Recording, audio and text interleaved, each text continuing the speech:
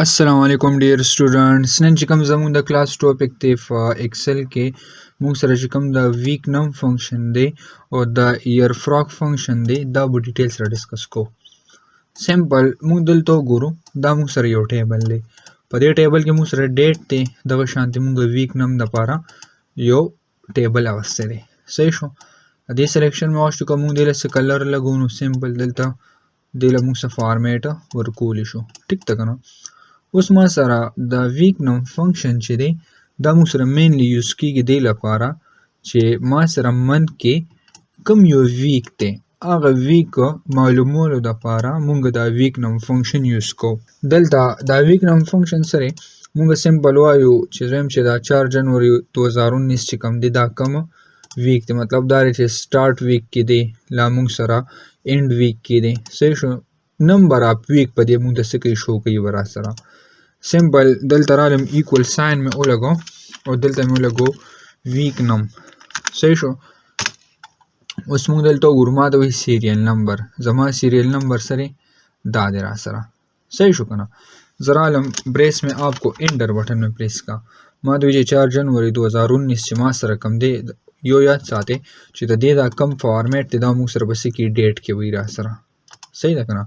دا بدل نه تاسو کې له ډیټ کې واخلې 14 مارچ 2012 دا سمپل یو فارمیټ دی صحیح دی دا موږ دی باندې اپلای کړی دی اوس زرالم دلته ډبل کلیک وکړو دی باندې نو ما دلته شو کوي دلته وګورئ دا فرست ویک دی ما سره فرست ویک شو کو د قشان دی ما سره دا سیکنډ ویک دی زه پوره صحیح شو نو که په یو من کې مونږ ویک نمبر معلومول غواړو نو دا غي د لپاره به کوم یو فنکشن یوز کو ویک نم فنکشن به یوز کو ټیک ته کنه دا سمبل کانسپټ ما سره سره د ویک نم فنکشن دی سره بیا راغلی موږ سره ایر فراک دی یو دا فنکشن دی موږ سره مینلی دا فنکشن سره لپاره یوز کیږي اټ شو دی ډیفرنس بټوین ایئرز اینڈ ډیسیمل پوینټ شو دی منث مطلب دا ډیفرنس موږ ته هي د ایئر سونه ټایم وشو سمبل دلته رالم ایکوال ساين مې ولګو او دلته مې ولګو ایر فراک صحیح شوی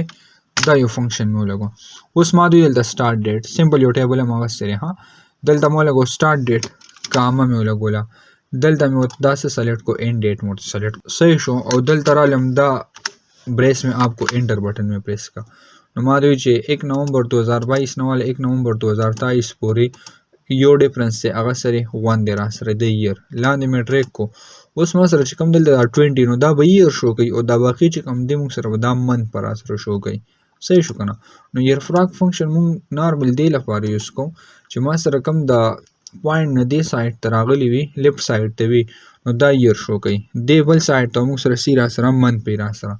دا سمبل کانسپټ ما سره د کوم یو فنکشن دی د ایر فراک فنکشن را سره ټیک تا ان شاء الله په نیکسٹ کلاس کې بیا موږ د دې نیکسٹ ټاپک کو والسلام